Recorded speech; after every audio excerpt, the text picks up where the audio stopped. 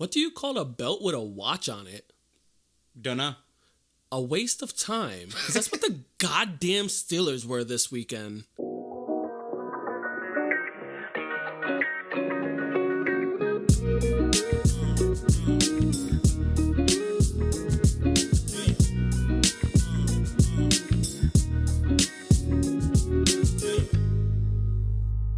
Hello and welcome everybody to another episode of Breaking Down the Tape. Apparently we're starting off with stupid jokes, and I'm okay with that. It's awesome. It's a nice little haha to start off with. Yeah, it transitions nicely into the YouTube. Watch. If you haven't subscribed, go to Breaking Down the Tape on YouTube so that you can see our beautiful faces. We've got the new setup. You can see what shirts I'm wearing because I'm always open like Walmart baby from Footballism. Go check it out. And I'm always, like I said last episode, Marine Corps decked out. Exactly. So this weekend, we've got a lot of cool things. Obviously, the Wildcard Weekend was just played, so we'll be going over that. Dude, I'm a little upset because I finally was like, hey, maybe I'll bet on a few games. And I was going good. Yeah. Until the Fire Nation attacked. God damn it, the damn Fire Nation. We're going to go over, obviously, divisional picks and what we think's going on there.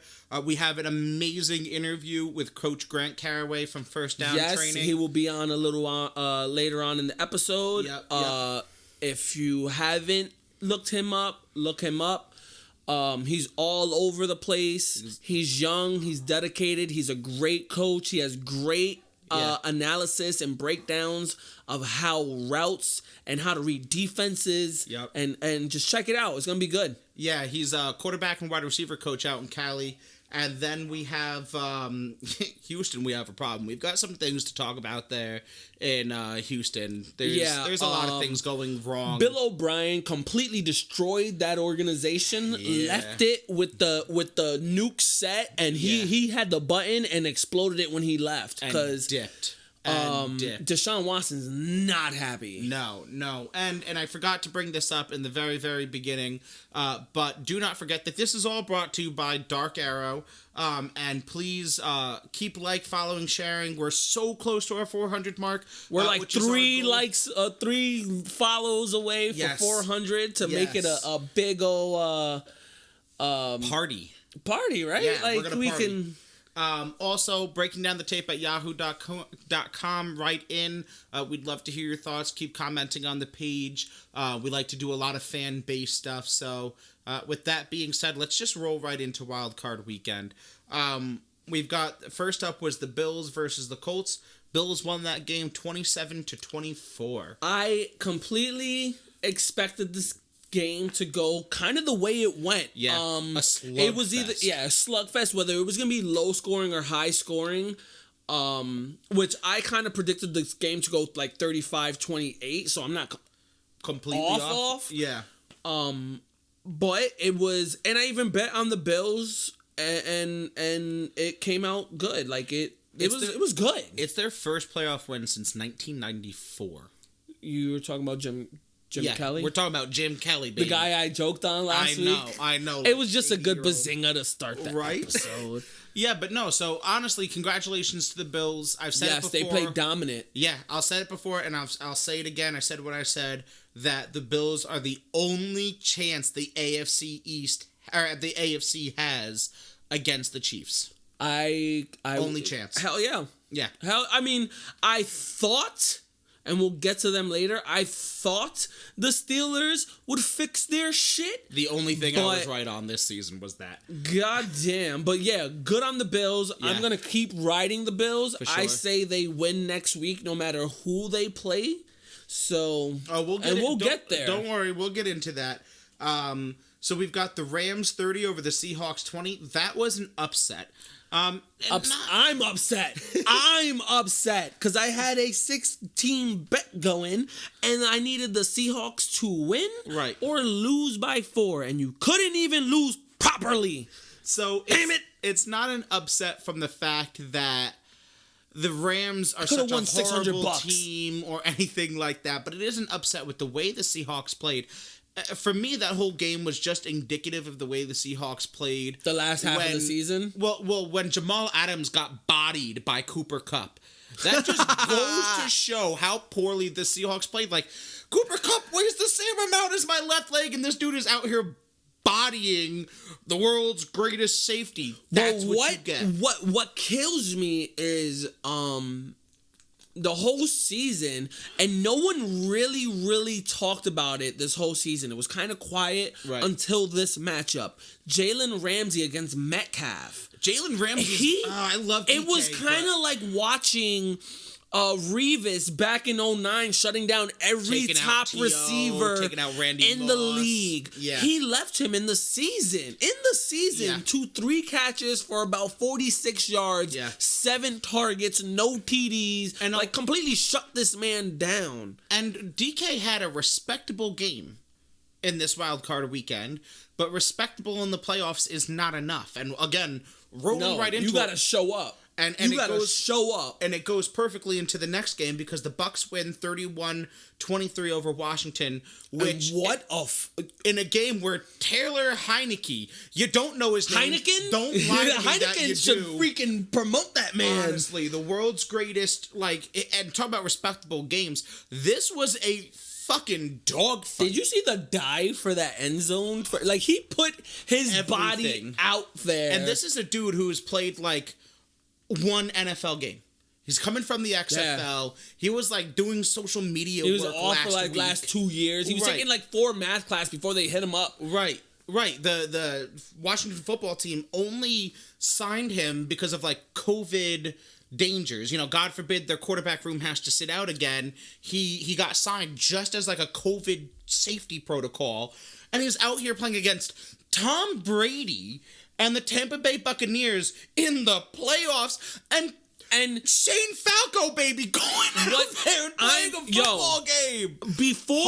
You can't teach hard. I said what I said, and I'm saying what I'm saying. Before the Washington football team figures out what they're even going to call their squad next season, Taylor Heinekens, you better go and give this man a respectable 1 or 2 year deal to prove himself. Because he obviously did.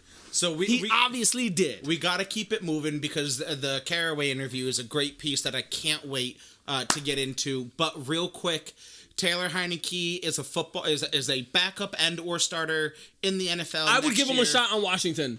Alex Smith, you've done great. The Niners, Alex Smith, you've done great. I will put you up on a straight battle for the starting job against him next year.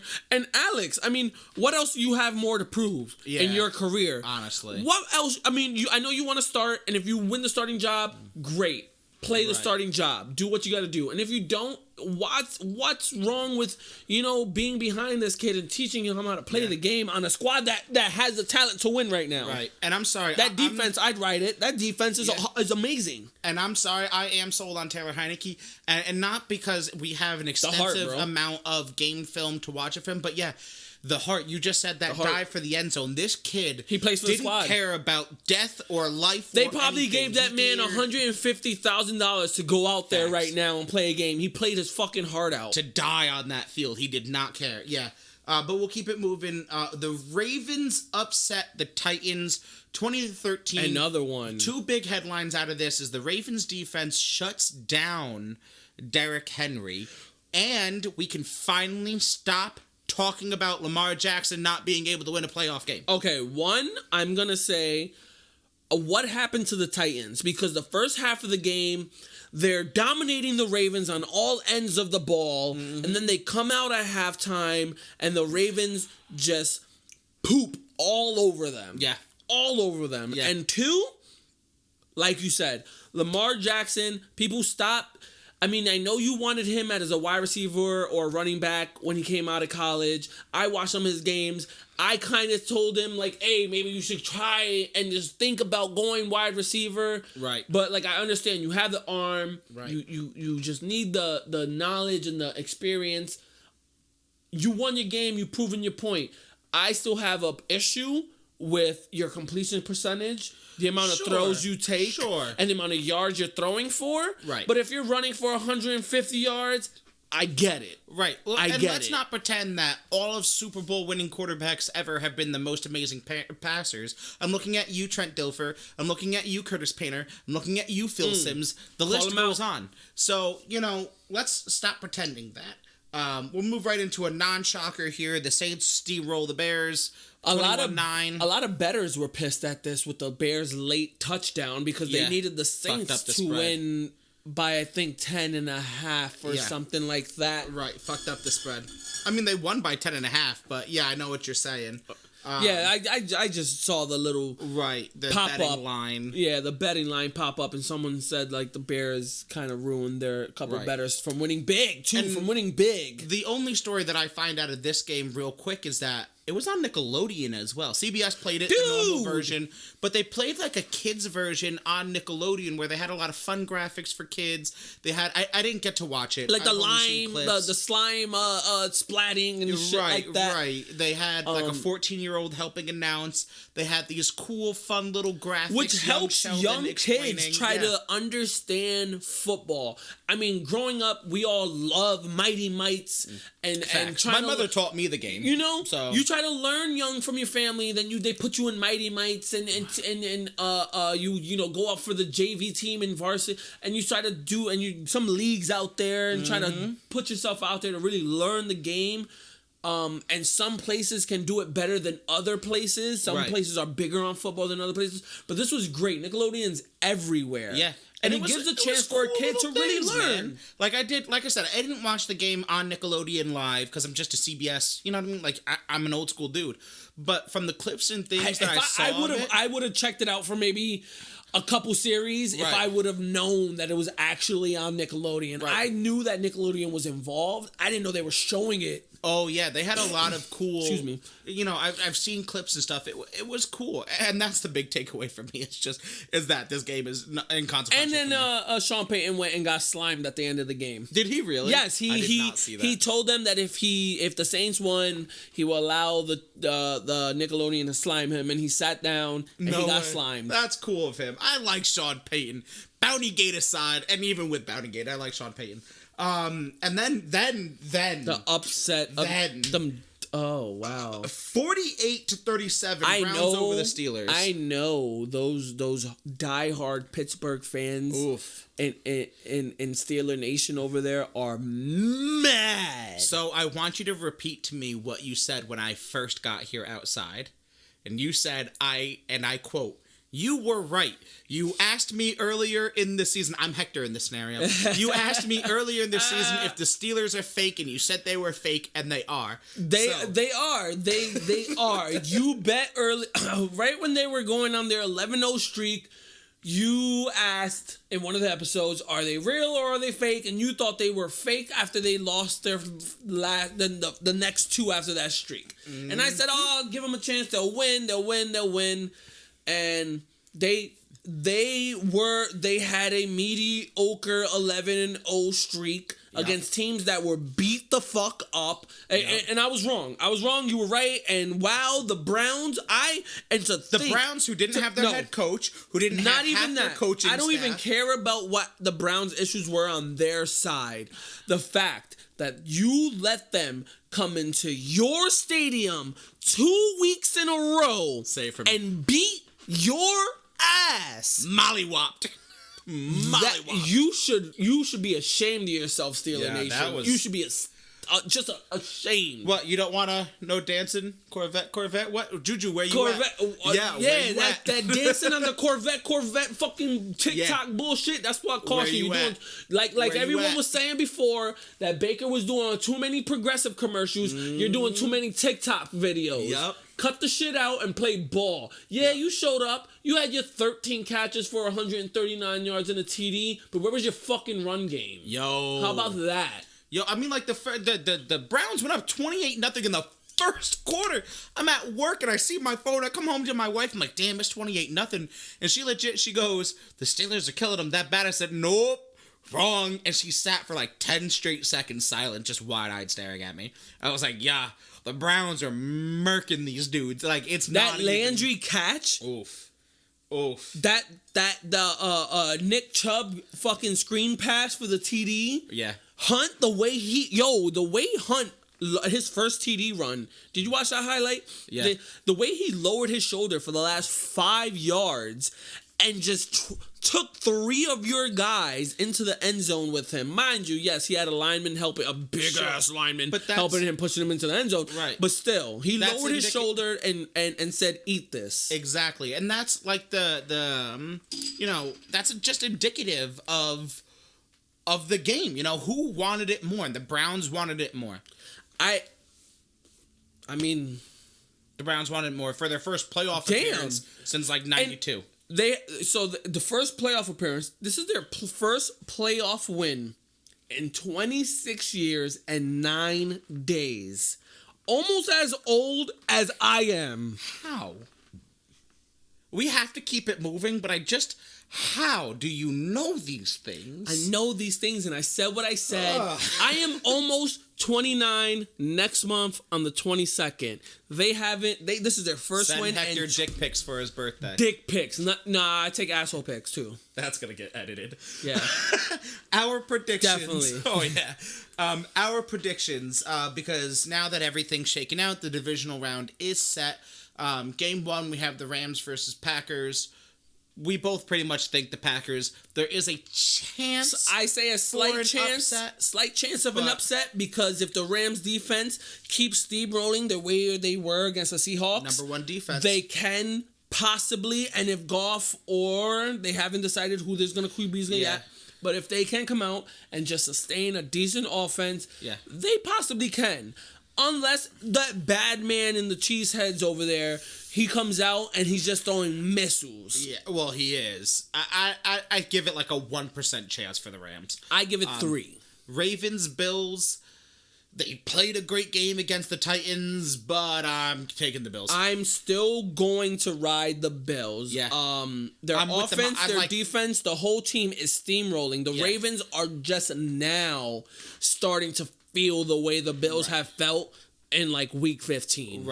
Right, because now the Ravens have to shut down the rushing game of Josh Allen and the passing game of Stephon Diggs, and I just think that's going to be too much. And even with Moss and Singletary in the run game, you don't know who's actually going to run the ball, and they're hard runners. Yeah. And then, like you said just now, Beasley. Yeah, John Brown, when he's forgetting about Cole Beasley, man, quiet kid. Like I said last year, career year, 82 catches, career high, 962 yards, career high, and he would have hit the 1,000 yards if he didn't miss the last game of the season with a knee issue, and they wanted to hold him out for the playoffs. So he would have actually got his 48 yards he needed for 1,000 yards. Fair enough. Career year in Beasley. So, John Brown, if he comes back healthy, he still puts up big numbers. Right. But he's so inconsistent. He plays 5 games a year. And we got to keep it moving, though, to give Coach Caraway ample time and his proper time. But Browns, Chiefs, who are you taking real quick? Browns, Chiefs? I mean... I know. Should we even have this conversation? Yeah. I mean, apparently we should. It's the Chiefs. I'm saying Chiefs. It's the Chiefs. But if the Browns somehow pull this out, it's the Chiefs. 2020 just reoccurred. Right. Yeah, it's the Chiefs. Bucks Saints here. We have it in our notes that we're both going Saints, but this is the biggest upset that can possibly happen. Yeah, I mean the Saints besides the Rams Packers. Right, the Saints have obviously played the Bucks twice this year, and the Saints have won both occurrences, which is where you have me won. Right, but this is the playoffs, and it's a completely different season. I will still take Drew Brees. I will still take the Saints, with a huge caveat being it's 51 to 49%. I think the Bucks can take this. I'm saying 50.5 to 49.5%. Yeah.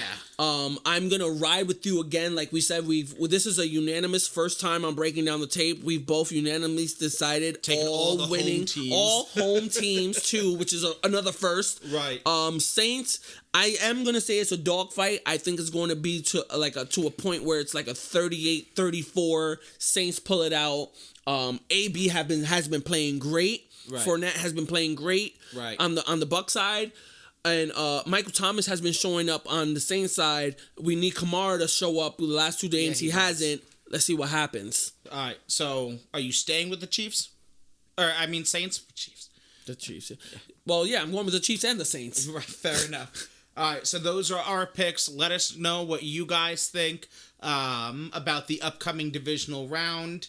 And, yeah, breaking down the tape at yahoo.com. Comment, like, share, all that good stuff. All right, everybody, and as promised, we have Coach Grant Caraway from First Down Training on with us. Grant, say hi to everybody. Hey, what's up, guys? How you doing? So we've got him over the phone since he's out in Cali, and right now with COVID, different time periods and all that, yeah. And I'm too poor to fly out to Cali. But before we get into it, so Grant was a quarterback at his high school, Los Alamitos, and in a really interesting story, turned right around to be the wide receiving coach the next year, which is a huge kudos to him. So, like, you want to kind of get into how that happened? I know you kind of gave us that story before we aired. Let everybody else hear how that happened. Sure, yeah. Yeah, so I was so it's a funny story. So I was, after my senior year, I had a couple, small school scholarship offers. Like, I'm not the biggest guy in the world, so obviously I didn't, have any D1, huge schools coming after me. But, for a decent school was going to be paid for, and I was working out, kind of not really sure what I wanted to do with just my quarterback coach at the time in the weight room at the school. And then our head coach comes in, he's like, hey, you want a job? Like, what are you doing right now? Like, you want to come work, do some spring ball, help us coach some spring ball? And I'm like, shit, yeah, I mean, that's not, doesn't sound like a bad idea. And then just coaching from spring ball, kind of, fell in love with the whole coaching thing. And then, they offered me a full-time gig right after that. And then I coached there for about a year and a half. That's awesome, man. So they had you coaching what wide receivers and QBs off the rip? Yeah, so it was funny because they had me coaching safeties. That was the only opening they had at first. Okay. But I'm not a defensive-minded guy, so sure. I don't that just doesn't make sense to me. So I was horrible at it. I was like, this is stupid. I can't coach this. I'm trying to beat these guys constantly, and then now I'm trying to stop. It doesn't make any sense. Right. And then so they're like, you know what? You should probably come over to receiver. So I'm like, yeah, that's a great idea. And so that's when I made the switch to receiver. There you go. And, you started First Down Training in 2018. It looks like you have, roughly 78,000 followers on TikTok, which is actually where I found you, 96,000 followers on Instagram, and about 36 subs on YouTube. So, first of all, feel free, plug your own social medias, and then tell us a little about First Down Training and how that started. So on TikTok, you can find me at Coach Grant Caraway, all one word. And then on Instagram and then on YouTube, you can find me at just First Down Training, all one word. So if you just type that in, you'll be able to find those. And then so how I really got started with it is I remember I was working out with my quarterback coach, and he was like, hey, I'm training some QBs, would you want to help me out? And I'm like, yeah, that's fine. He's like, you can take a little cut, and I'll take a cut. I'm like, okay, that's cool. And we were doing it, and he just was just not getting kids, it was just nothing, no business at all. And I'm like, this is ridiculous. I'm not just going to sit around and wait. Sure. So I was like, well, you know what, maybe I could start my own thing. And so I remember it wasn't even First Down Training at first. It was Caraway football training or something, some stupid name. It has to start somewhere. Right. Yeah. I had business cards or something, just nobody would even get them. And I remember I had and I would just shoot DMs to people from my personal page. Sure. And it just wasn't working. I'd get a couple bites, obviously just because of being in the area. And I was like, man, I could do something so much bigger. And so I got on Instagram, and I remember, this is a funny story. My very first post was an instructional video, and there's probably some 11-year-old kid who was just like, man, you don't know what you're talking about. You're full of shit. and just ripped into me. I had maybe 200 followers. I'm like, this is, I don't even know if this is for me anymore. Right. This 11-year-old kid just hurts my feelings. And so, and I remember it was all centered around some online training program. I do a lot of that now, and obviously at a bigger scale, but sure. It was some hour-long video that I was trying to get out there. And I was like, you know what, this isn't, I haven't really made a name for myself. So then I just totally I remember we would be sitting there on weekends when I was coaching in high school. watching film, and like you guys might know this as an assistant coach, you really don't do much. Like you get done with your work in about an hour, and then like, you just sit there. And so I would just kind of just be planning out like, okay, like the logo, like had somebody do my logo, like how am I going to go about this? And I completely just like changed and rebranded everything to where I would put out more stuff for free. Like, so it was like, I'm going to explain drills, like, because a lot of these other coaches, like they'll just do, they'll just put out like a video of their guys working. It's like, okay, that's cool. Like, it's a cool video, but like, it doesn't give anybody any value. Like, nobody learns anything from that. So I was like, you know what? I should just try to teach rather than just show people. And then that's when I started getting some traction. And then I got into YouTube, and YouTube was like, obviously YouTube's a little bit slower than Instagram, but I remember I had a video pop probably like 4 months into it. And it was like a video where I was talking about some drill. And I remember it was like a Sunday evening, and I like forgot to post it. And I was like, and I woke up the next morning, and I had like a shitload of DMs, comments, like half of them were freaking telling me this guy doesn't know he's talked about, the 11-year-old freaking kid. And then half of them were positive, and I was like, okay. Then ever since then, it's been a pretty steady growth. And then TikTok came around. Sure. And I was like, man, this thing is just a because that's a whole like virtual platform. Yeah.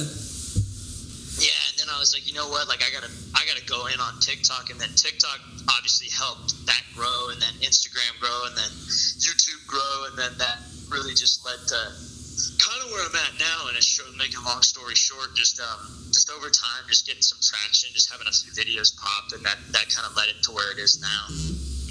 So now you're a QB and wide receiver coach, and you're training and teaching these kids how to play these positions. Is it all just natural talent, or is this like built over years of experience off of that one time they gave you this job, and now you're learning under all these different coaches of how, like, that aspect of coaching these players instead of just being a player? Yeah, so I would say for quarterback, like with my guys that I train, that's mostly like experience, right? Like, so because I've been around so many dang quarterback coaches, and like I was the same kid as a lot of these kids watching my videos. Like, sure. Like, I try to post videos that like I would have wanted to see, and try to come out with new products that I would want to have, or do training sessions like how I would want them, because like you're a kid and you're trying to find, excuse me, like the right kind of quarterback coaching. Like, that's like that was based off of experience, I would say. Okay. The receivers, it was more so like film study, just constant hours just studying how these guys run routes, and then like me personally doing it. Like I'm not going to be the guy who teaches it and not be able to do it. Mm-hmm. So like I have to go do it first, and then I'll be able to explain it. But I would say that was more like learned from just studying film, and like you kind of know, like as a quarterback, you're kind of like an assistant receiver coach almost. Sure. So, but I would say that was mostly learned, and then quarterback was mostly experience. Okay. And I gotta ask the question, right? So we brought up before how you graduated high school and then turned right around to become a coach. These are kids that you played with, that you went to some of the juniors and seniors. Right. So what's it been like to be a young man, coaching other young men that are your age? Has that been hard to gain their respect and lead from the front? Or I know some of them probably looked at you as a friend because, like, you were probably their senior and they were a junior at the time. Sure. Mm-hmm. Yeah, so like at first it was definitely awkward. It was like the guys were so cool about it though. Like I give it up to those guys. Like I don't coach there anymore. I do a lot more. I just do private stuff now. But when I was there for that short time, at first you get some guys who kind of like they don't respect you. They're like, dude, like we hung out. Like I've seen you do some stupid things. Like sure. Like I'm not gonna listen to you. But for the most part, the coaches were great too. They explained to the guys like, hey, listen, like he's gonna be a coach, so you kind of got to give him that certain respect. So I think the guys were really, really cool. Definitely couldn't have done it without them, and just the staff, the coaching staff, the guys that I worked with made it pretty clear. But it was definitely weird at first. But I think for me, it was never like I was never gonna be the guy who would yell at them or get in their face or anything like that. I'm just not that way. Sure. But I think if I could just tell them like the reason why behind things rather than just tell them what to do, I think they kind of respected that a little bit more. But definitely, it was definitely weird. But it got better throughout the season. You don't really even pay attention to it as because everybody's so close. You guys know that everybody gets so close as the season goes on. So yeah, it wasn't too bad. But at first, it was definitely weird. Oh, yeah, I'm sure. I mean, I can't say that I would have ever been able to lead a team when I was of that age. A, because I personally was immature, and B, I partied with too many kids, and they've seen me do too many drunk, stupid things that there is no way I'd be able to get in somebody's face and be like, hey, look, I need us to block this way. I need us to do it this way. Be like, I just saw you last night blacked out. Like who are you talking to? Me and Zach played football together, went to high school together, and honestly, if you turned around and had to be my coach, I would listen to you, honestly. I would give you some shit, but I'd be like, yo, I know we're trying to beat this team. Because no offense to you two, I was a lineman. We know more than you, so, that's all right. Hey, I was a receiver and corner, so I'm with Coach over here. All right, so when from coaching your alma mater, and how did that lead you to start First Down? Yeah, so do you mean if anything there kind of sparked it, or did that all come from after going to when you left? Right, so did something in coaching spark the need or the want to start your own business, or tell us how that transition happened?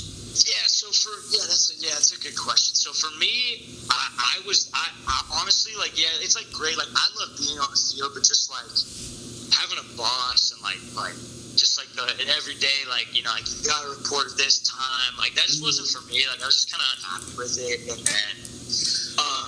I always wanted to have my own business. That was kind of something I always wanted growing up. I always wanted that freedom to it. So for me, it was kind of I was doing it, and I wanted to quit, but I wanted to quit after the season, obviously. But there's some stuff we don't have to get into where I actually got fired. But it was nothing having to do with my coaching skills. I'll tell you that. But it was but it was. I left, and it was kind of that was okay, perfect. Now I'm free. I can go do. I can actually go start something on my own. Okay. And it was more so just I wanted the freedom of it. I wanted it to be this is my program rather than I'm an assistant underneath somebody else's program. Yeah, for me that was what it was. Yeah, sure. I totally agree. It's in this day and age, everyone is worth something, and your mind is worth as much as you put it to the max. Why do someone's work when you can have someone do your work for you? Yeah, man. 100%, yeah. And like I said before, having watched your videos, we both know. I mean, like I said, I'll joke that I'm a lineman and that obviously the line is the most important position on the football field. That's not a joke. But, I know enough to know, and we're both football guys. You know what you're talking about. You know what I mean? So for us, I agree with you. I think it was the clear and obvious next step. And it obviously benefited him and shows. For sure. So is coaching in your future, or are you going to take, First Down to the next level? Are you going to start coaching college guys? Tell me a little bit about what the next step is for you, or do you want to be a coach? Kind of tell me a little bit about that.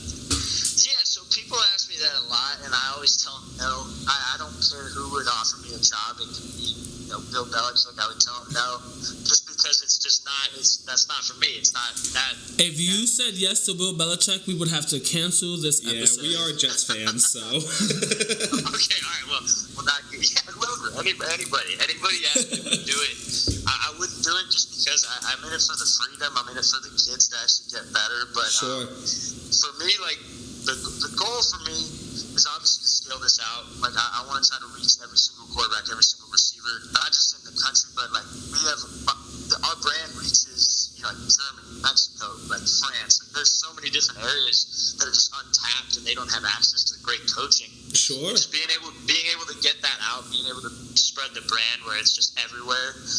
That's the goal. And I just recently started a new supplement line.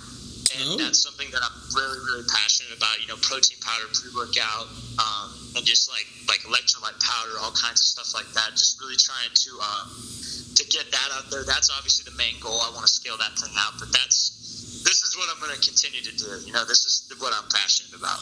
So you wouldn't say no per se if like let's just throw it out there, like OBJ wanted your training.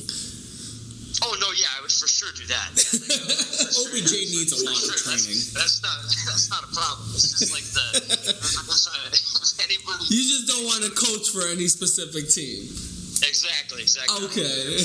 Yeah, I don't want to be an employee. No, that makes sense, man. That makes a lot of sense. So, in coaching, in, what you've been doing with First Down, what is the biggest lesson that you've learned from taking the path that you've taken? Definitely just gotta put in the work. I mean, like that's such a simple answer. Like, and it's kind of a chicken shit answer, but like it's like the thing is like for me, like when I first started, you don't really know like what and you guys know this from just being in media. Like there's some days where it's fucking long, where you got 12 hours, 14-hour days, and at first I wasn't doing that. At first it was like, oh, okay, I'm gonna work 6 hours. Like I'll have a training session. Like that's cool. Like, but especially when COVID first hit this past year.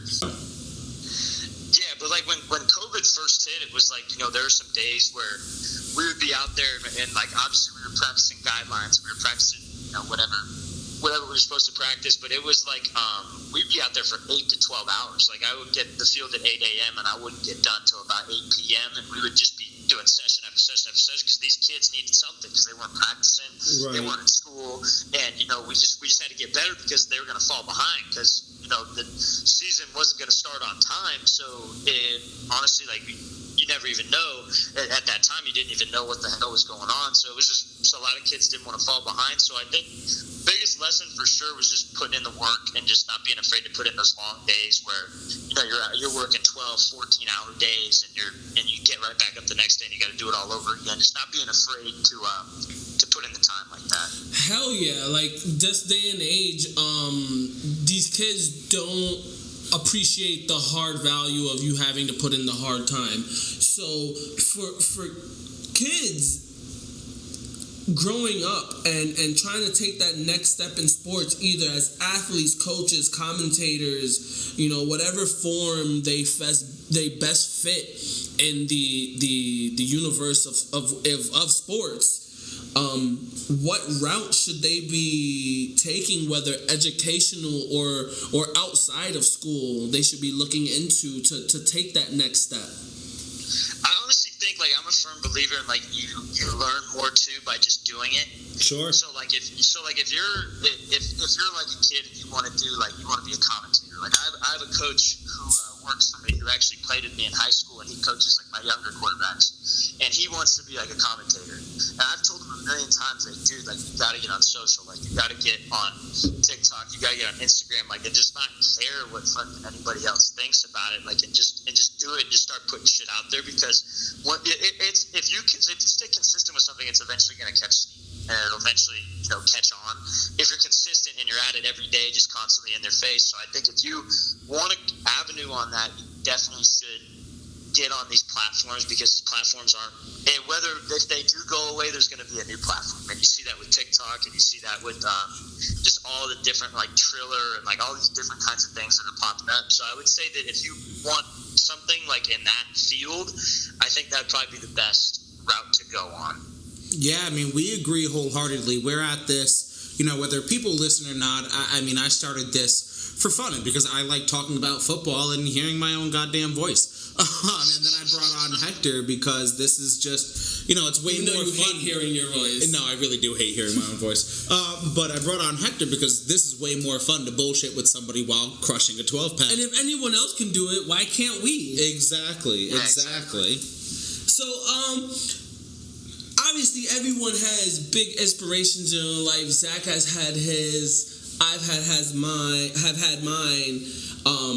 Through your life and doing something you love so much, what has been or who has been the biggest inspiration to you?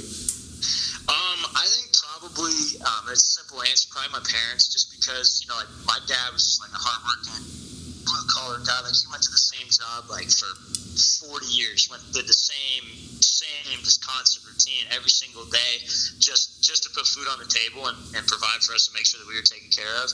And then honestly, my mom, just, she started her own business. She took the risk. Like, she had a brick and mortar, like there was no social media when she started her business, and just learned a lot about, what it means to work, like what your priorities need to be. Like, you got to put a hold on so many different things. Like, and just like if you don't like something and if you're not okay with it, like, you got to do something about it. Like, you can't just sit there and complain. And just being able to make ends meet and being able to put food on the table, but also, just like doing it for their family and doing the stuff that they, like doing. And sometimes learning to do the stuff that you don't like doing. Because I know damn sure my dad probably didn't like some days where he had to, go on the same drive to, the same place over and over again. But he did it because, he loved his family and he wanted to put food on the table.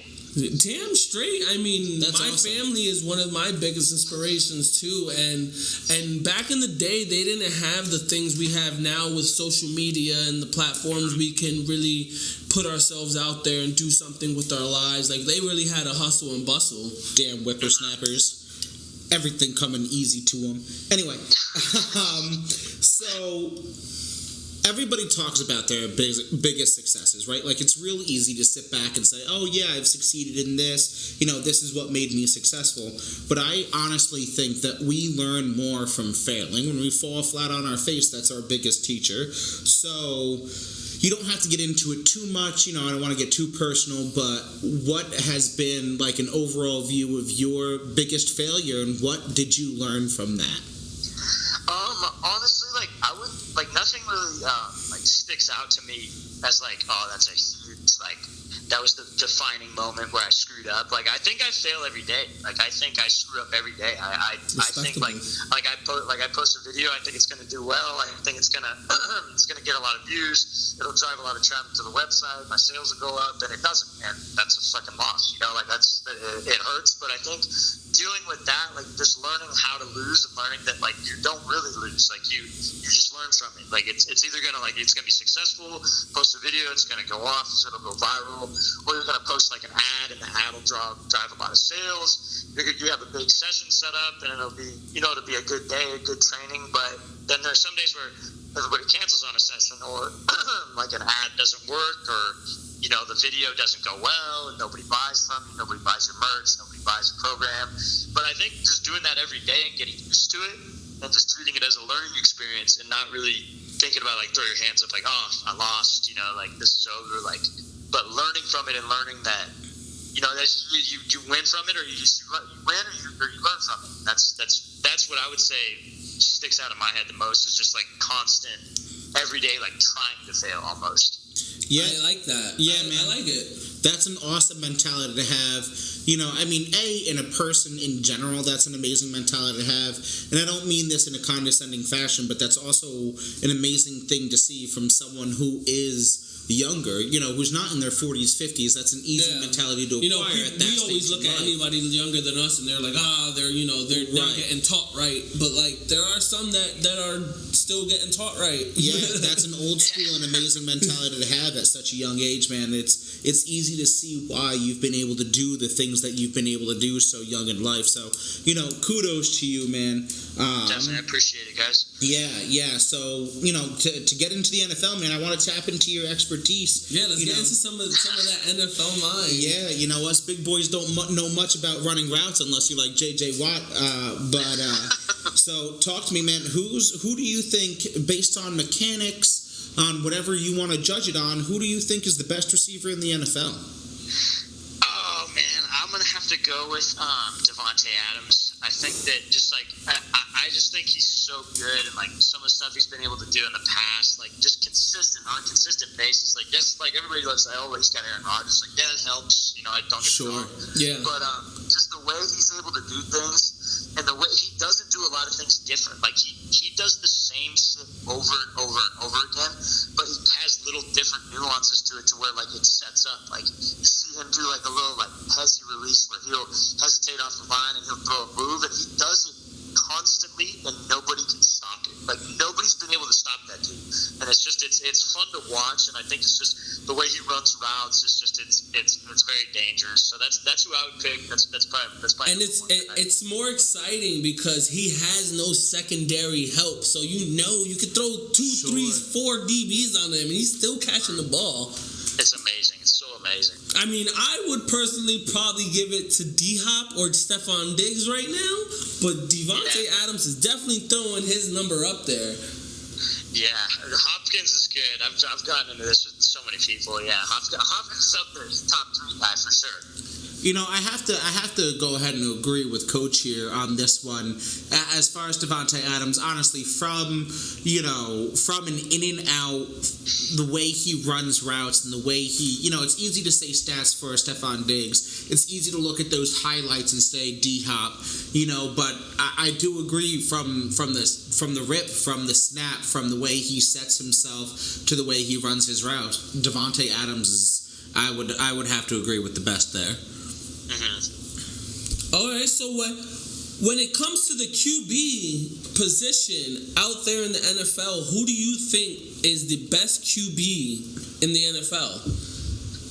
Definitely Mahomes. I don't know how you can argue that guy. He's so talented. Like the stuff that he's able to do. Like a second would be Rodgers for me, and then third would probably be Josh Allen. But they're all pretty close. But I think Mahomes. He just separates himself from so many guys because the way he's able to buy time. And there's not a throw that guy can't make. Like, I remember last year watching him take, like, a 7-step drop under center, off the 7-step, throw a throw from the left hash, like, all the way across to the right side of the field. Like, and it's not like it's a weak throw either. Like, it's a throw with velocity that some quarterbacks cannot make. And usually when you take a 7-step drop, you hitch on it. He didn't take a hitch. He just threw off the 7 steps. So it's like, he's the real deal. I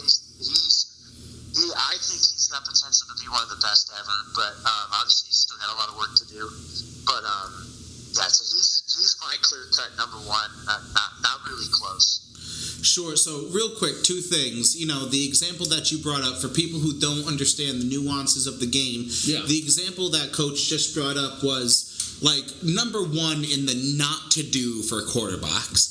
Roll opposite, throw across your body. That is like the first thing that you were taught before you learn how to walk is don't do that. Period. End of story. Secondly, you can't see the smug celebration that I am having currently because this has been a knockdown, drag-out fight between me and Hector behind the scenes. No, our fight was Rodgers. MVP, not best in the NFL. Bro, we don't have the time for me to box you right now, but the two I said MVP Aaron Rodgers because he has nothing more than what Coach said. Devonte fucking Adams. Bro, you're yelling in this poor man's ear. I don't have the time to fight you. But I am smugly celebrating over here. Then with that being said, who is the best wide receiver quarterback combo in the NFL? I know that we named, Patty Mahomes as the greatest quarterback in the NFL right now. We got some Devonte Adams as the greatest wide receiver. Combos. So who then, in a combination, on a football team, is the greatest wide receiver quarterback combo right now? I'm gonna say, I have 2 that really come to mind. I would say Rodgers and Adams, and then Allen and Diggs. Allen and Diggs, they got something special over there in Buffalo. But but Rodgers and Adams is probably number 1. I would say that's probably the best. Just like what they just do, they're so consistent. Like you said, they really don't have you just throw a double team on that guy, and they really don't have much else. Like obviously they're talented, they're pro receivers, but they're not on the level Devonte Adams is on. Totally. Yeah, I think they're so dangerous. Yeah, but that's who I would give it to. But Diggs and Allen, in a couple of years, I think would definitely be one of the best, or if not the best. I think, I totally could agree with you. I'm going to give it to you with the Rodgers and Allen. I thought you were actually going to end up saying Metcalf and Wilson in one of the duos, because that's a nice duo too, but you cannot go wrong with, I have Diggs in my fantasy, so he's tearing it up for me. You're not biased at all. I totally agree that in a few years, if Allen keeps on the uprise that he has, man, that duo is going to be dangerous. Mm-hmm. Yeah. 100% agree. And I have to agree. Obviously, Rodgers and Adams are the best tandem in the game. There are honorable mentions like Allen and Diggs, Wilson and DK. I think there's a lot of factors that go into Wilson and DK, mostly that DK is not a real human. He's an actual fucking cyborg. That man's an alien. He's a Mike linebacker that runs like Tyreek Hill. It's absurd and not even fair that this thing of a human person cyborg exists. But no, clearly I think it has to be Adams and Rodgers. All right, so just throwing out some predictions here. Shooting toward the Super Bowl, who do you got me in there? Oh man, gosh, I would say everybody hates me when I say this, but I would say I think the Bucs are gonna do it. I think the Bucs are gonna get in there, and I don't know, probably the Bucs, and I like the Bills. I mean, I like the Bills a lot. I think the Bills got something special. What they were able to do to Pittsburgh back before, and they were just the way they beat those guys. Like, I think Buffalo's got something special, but I think the Buccaneers of Buffalo. That's my prediction. All right, Coach. I wish you could see our faces. We're cringing. This is why we need video record. I know. Oh man, I almost withered away. Oh my God, you heard it here, folks. You heard it here. All right, so the Bills we can kind of get behind. I can stand by the Bills. I can kind of get behind that because I did say in previous episodes that the Bills can shut down Mahomes and they'd be the only chance in the AFC. But the Buccaneers, you think the decrepit old man that is Tom Brady is gonna make it past Drew Brees and that bad man over in Wisconsin and take it to the Super Bowl? Yep. I think if Tom Brady in the playoffs gets a little chemistry with Antonio Brown, Gronk will show up in the playoffs. I don't know. I don't know. I like their odds. If I was a betting man, I wouldn't put a lot, but I'd put a little bit on. Coach, you came on here with a hot take, man. Good for you. he saved the best for last. Wow. Good for you. All right, so since we're both Jets fans, I gotta ask this question: how badly are the Jets gonna ruin Trevor Lawrence? Let's all assume. Let's be honest, Coach. Come on. Let's assume that the Jets go winless and have the number one. No, they're going winless. Inevitably draft Trevor Lawrence. How badly are they going to ruin this poor child? Why did they get rid of Gase? Like, I don't know what the deal is with that guy, but I think they'll get a coach that's. Coach, you should put in the app. We talked about that. I won't do it. He won't even take the job. God damn, it's cursed. Yeah, I honestly think Trevor Lawrence has like some potential to be one of the best to do it. It's just, I don't know if he's going to do that on the Jets. Like, it's an unfortunate situation. Yeah. But I think he's so freaking talented. I'm such a big fan of that guy, and he's like the same age as me, but like I totally agree.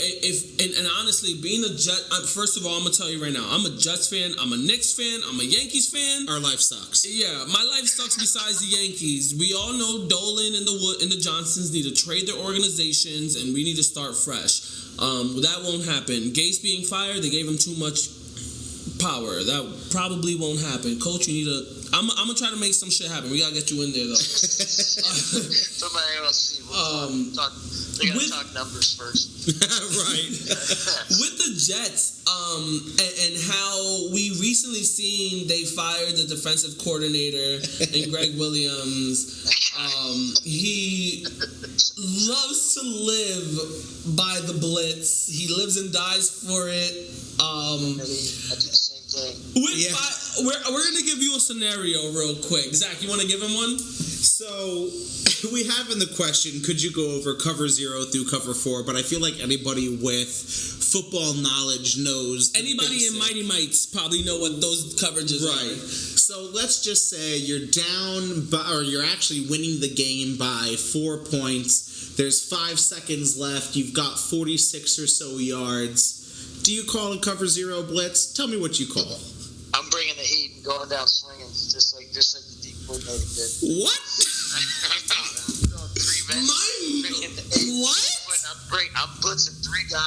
nobody's dropping any coverage. You mentioned 3. All right. Okay. You mentioned 3. You had us stressed real hard. I was like, you really going Greg Williams on me? Yeah, Williams is the type of guy to do it. That's it. You guys do what you have with him. My man, that was crazy. So, and I'm sure you can back me up on this. For the average listener who might not know covers, it's that simple, right? So, cover 0, no safety help. Cover 1, 1 safety, 2, also known as a Tampa 2, 2 safeties, 3, 3 safeties, 4, 4 safeties, right? It's that simple. The number dictates how many safeties or over-the-top help that you have. What could have been the I don't get it. I don't get it. I mean, you got to respect the balls on that guy, though. Like, to come that situation to go out there with that, like, you got to respect that. Yeah, but I get it. There's just stupidity at a certain point. Yeah, exactly. I get it. He's ran it with Cleveland, and he's won a game with it a few years ago. Bro, he got fired from Cleveland when he had a solid defense that can, potentially. But you're trying to get your first one of the season. Well, they weren't trying to get their first one of the season. That's the issue. But no, Balls is Chad Ochocinco trying to go out and block Ray Lewis. Yeah, that's balls. Calling a cover 0 up in the game with 5 seconds left, that's just dumb. But that's all we have for you, Coach. Thank you for hopping on here. All the respect to what you're doing out there in Cali. I want to give you as much time as you need to plug your merch, to plug your social medias. So I'll let you go ahead and take it away from here and let the fans know where they can find you and how they can get some of those Can't Guard Me sweatshirts that you got going on. Yeah, definitely, yeah. So if you guys go to my website, firstdowntraining.com, we have all of our merch on there that you can get. You got Can't Guard Me merch, merch with our logo on it, QB1 stuff. So you can definitely check out firstdowntraining.com. You can follow me on all social platforms at First Down Training, and then on TikTok it would be Coach Grant Caraway. But yeah, I appreciate you guys having me on. Hell yeah, we gotta swap some merch. We're actually working in our merchandise, so we definitely want to swap some merch with you and rep your shit, and hopefully you can rep ours. Yeah, definitely, guys. Yeah, definitely. For sure. When the world ended, I was actually out in Vegas, first time on the West Coast. So hopefully, when the world starts back up again, we'll find our way out to Cali, and we'll have to come meet up with you. Hey, I can still run some routes. I'll moss you right now, Coach. Bro. All right. We were like last in Section 9 New York football. There for that one. Right. Thank you for having us interview you, Coach. Thank you for being on, and we'll talk to you next time. Yeah, definitely, guys. I appreciate it. You guys have a good one. Houston, we have a problem. Damn right. Yeah, it's bad down there in Texas. The whole state between Dallas and the Texans, we don't know what's going to happen on with those organizations. Honestly, so let's just focus on Houston here, which is the big storyline. As everyone knows, Bill O'Brien just completely traded the team away, and then got fired. Vano just caught the next bus out. Exactly. They fired their GM. They hired this new guy, and then it comes out that Deshaun Watson's upset that he didn't have a hand in it. And I get it.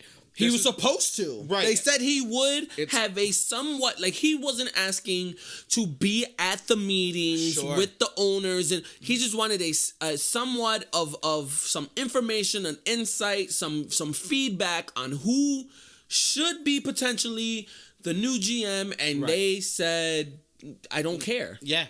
And same thing with the coach. They just hired whoever they wanted, and he didn't even no try say in it. The firm, they have a firm that looks in for and recommends potential coaches. Completely blew them off. Yep. There's something going on with that ownership down there, and I just don't understand it. So now it's coming out that Deshaun Watson is unhappy. Like, someone that you don't It's not even about. unhappy. It's beyond unhappy. Right. And this is a dude that you hear nothing about. He says nothing. He's never in the media. He's never... The fact that you go out and you trade his number one receiver, D-Hop, and he still goes out with his team, and he produces the most passing yards in the season of any quarterback. And competes for a playoff spot. Like, let's not pretend that Houston was knocked out halfway through the season. Yeah, I mean, so we're hearing a lot of, so to add to the story, he has a no trade clause in his contract. That means they cannot trade him no matter the circumstance unless he waives it. Yes, he needs to pick his team, his circumstance, his money, his years. They literally have to give him the key to the city for him to want to say, I'll go there. Right. And then, see, that's the key part of this information. Everyone's like, I don't care if my star quarterback is unhappy. We'll just trade him. Well, you can't. Well, not with a no trade. Right. And you can't release him because then you've just released a good, at the very minimal, a good quarterback for nothing and have to eat all of that money on your salary cap. So you can't trade him. You can't release him. If he decides not to play, it sucks for you because there's nothing you can do about it. Deshaun Watson holds the nuts of the Houston's organization here. He has them by the nuts. And this is one of those situations that it's all Houston's fault. There's a lot of times... No. It's Bill O'Brien's fault because he gave him that opportunity to do that. You know, and there's a lot of times, like with Jamal Adams, you see, or OBJ, you see players that become cancers in locker rooms, and they force their way out in negative ways and all of this. But this is a dude who just wanted to play football in Houston. He loved his city. He loved the squad you guys were building. Yes, the defense was getting old, which he can work with. Right. He can work with that. Right. TJ, not that. JJ Watt is more than capable of training his successor to come in, or predecessor, I should say, to come in. No, you're right. Successor? Yeah. And come in. I'm learning new words. I'm getting nice with it. I know. Did you switch from purple to red crayons this week? Yeah, I know. Red was what I was always on. So you switched to purple this week. I tried blue. Oh, see, that's where the smartness comes from, the blue crayons. The blue-red pill. I picked one. If you don't get that one. Yeah, you're get out. But he loved the team. He loved the organization. Right. And then they turn around and they spit in his face. They trade his number one receiver for nothing. He gets for a bag of half-empty Lay's. What? They got a hat. Like if you went to the store and got a bag of Lay's, you know how you get empty air? That's what you got. Not even Lay's. It's like the Dollar General brand. Yeah. Like, so you trade that. You piss him off on that. Then you go out and you do this. Right. He's going like okay. So talk's going out there. They're saying number one spot is possibly a trade between Tua and Watson. He'll go to Miami. Obviously, there's going to be some extra draft stuff compensatory involved. Do you like that? Yes. For both sides. I think that's a good trade for both sides. I think I like Tua, and a lot of Dolphins fans are hating him because of the end of the season, and I don't understand why. It's his first NFL season, so shut the fuck up. Barely too. Right. I get it, but I was giving him shit. Right. So Miami gets a proven quarterback, which is what they want Tua to turn into. They want with that young ass squad. I like it. They want Tua to turn into Deshaun Watson. Right. The play styles are very, very parallel. Mm-hmm. They want Tua to. Watson turn into has a stronger arm. Right. So they get what they want. And they'll have to give up a little more because obviously they're getting a proven NFL quarterback and giving up you're gonna all-pro. Potential. You're gonna Pro Bowler. Right. So I think they'll have to give up some stuff, but I don't think it's going to have to be crazy. I think the Dolphins have enough to give up. Right. And I think Houston builds around Tua, a young quarterback. A B+ version of what they have right now. Who knows? He could turn into an A. But a B+ version of what they have now.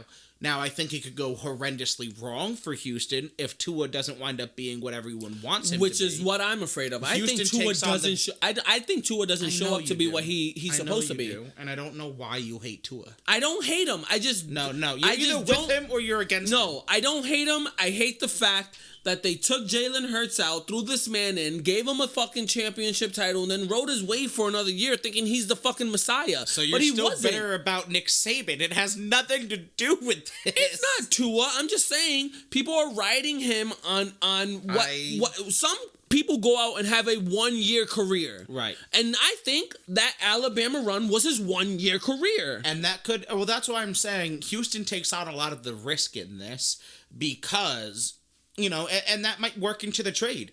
Houston and Miami's front office might sit down and Houston might say, look, I'm taking on all of the risk because you're getting a proven player.